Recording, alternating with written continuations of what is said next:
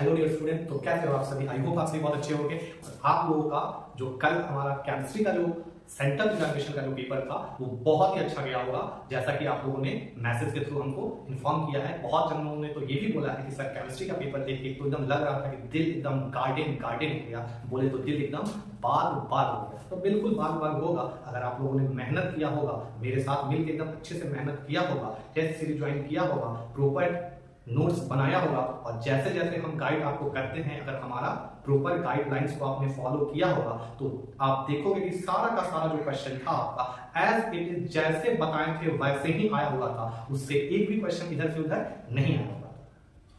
तो हर एक साल हम क्या करते हैं कि जो भी मतलब पेपर वगैरह होता है, या तो फाइनल हो या तो सेंट्रल एग्जाम का हो, उसका पेपर लेते हैं और बच्चों से मंगवा करके उसमें बताते हैं कितना मार्क्स का क्वेश्चन आपको एज इट इज आपको मैच किया हुआ है, क्योंकि कॉपी से जो आपके कॉपी में है वही आपका एग्जामिनेशन हॉल में पूछा गया है। तो आज मेरे पास ये बच्चों ने ला करके दिया हुआ है, तो इसमें हम टोटल हम मार्क करके लगा दिए हैं। आप जाकर के देख सकते हो कितना सब्जेक्टिव में कितना मैच किया हुआ है, कितना ऑब्जेक्टिव का मैच किया हुआ है, और शॉर्ट में कितना मैच किया, और लॉन्ग क्वेश्चन कितना आपके एज इट इज पढ़ाए गए कॉपी से क्वेश्चन आया हुआ है। तो आप जाकर के अच्छे से देख लेना, स्टेटस लगा देंगे हम। और जैसा कि हम आप सभी जानते हैं कि हम आपको बताते भी हैं कि अच्छा एक प्रॉपर रिजल्ट आने के लिए 3-4 क्राइटेरिया है, जिसको हम लोग फॉलो करें तो हम लोग बहुत अच्छे से रिजल्ट आ सकता है। तो फर्स्ट क्राइटेरिया है कि हम प्रॉपर अच्छे से थ्योरी को पढ़ें और कॉपी में लिखें, क्योंकि बहुत सारे स्टूडेंट अच्छे से नोट्स बनाते हैं और उसको लिखते हैं और घर पे प्रॉपर उसको जाकर के स्टडी करते हैं। फिर दूसरा जो कॉन्सेप्ट है आपका, जो इंपॉर्टेंट कॉन्सेप्ट है, उसको आप फॉलो कीजिएगा तो आपका ऑब्वियस ही बात है कि आपका रिजल्ट अच्छा आएगा नहीं आएगा, कोई माई का लाल आपका रिजल्ट नहीं हो सकता है। तो दूसरा जो है, आप प्रॉपर चैप्टर के अकॉर्डिंग, चैप्टर के वेटेज के अकॉर्डिंग उसका ऑब्जेक्टिव प्रॉपर प्रैक्टिस कीजिए, जो कि हम कराते हैं।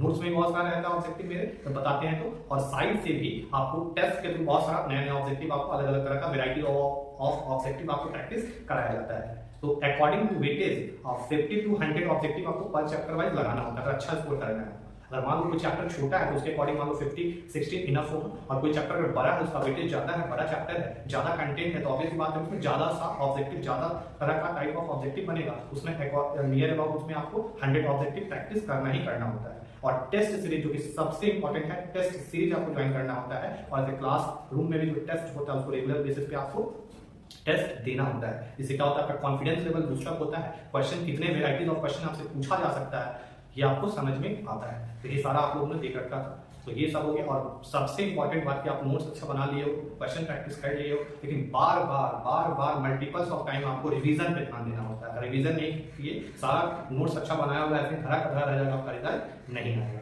तो आप अगर ये सारा क्राइटेरिया को फॉलो करोगे तो आपका रिजल्ट बिल्कुल बहुत अच्छा आएगा, तो आएगा, इसमें कोई डाउट नहीं रहने वाला है। तो बहुत अच्छा लग रहा है बता करके हमको, और बच्चों ने बहुत अच्छा मैसेज किया हुआ था। हर एक साल बच्चे बताते ही हैं, और यहाँ पे हम बता दिए हैं। टोटल ऑब्जेक्टिव में जो था 70 ऑब्जेक्टिव आपका पूछा जाता था, और ये जो बोर्ड का जो पैटर्न है एज इट इज पहले वाला ही पैटर्न फिर से फॉलो हो गया है। अब इसमें कोई डाउट नहीं रहा कि जो बोर्ड का पैटर्न होगा वो कैसा होगा। जो बोर्ड का जो इस बार का जो पैटर्न होगा, जो पहले वाला जो पैटर्न को जो फॉलो करता था बिहार बोर्ड, उसी पैटर्न को इस साल भी कंटिन्यू करने वाला है। ये सेंट्रल एग्जाम के पेपर से आपको क्लियर पता चल रहा है। अब बात करते हैं एमसीक्यू, तो एमसीक्यू टोटल 70 एमसीक्यूज था, जिसमें से आपको 62 एमसीक्यू जो है वो एज इट इज जो पढ़ाए हुए थे नोट्स का ही था। एक दो क्वेश्चन ऐसा था जो उसी से रिलेटेड था, हल्का सा कॉम्प्लिकेटेड था, लेकिन उसी से बेस्ड था, वो भी आपको बन जाता। क्लासरूम में हम सारा उसको डिस्कस करके समझा दिए हुए हैं। फिर यहाँ पे अगर बात करें हम शॉर्ट क्वेश्चन, तो शॉर्ट क्वेश्चन टोटल 20 आता है, जिसमें से 90 क्वेश्चन आपका एज इट इज मैच कर गया हुआ था कॉपी से।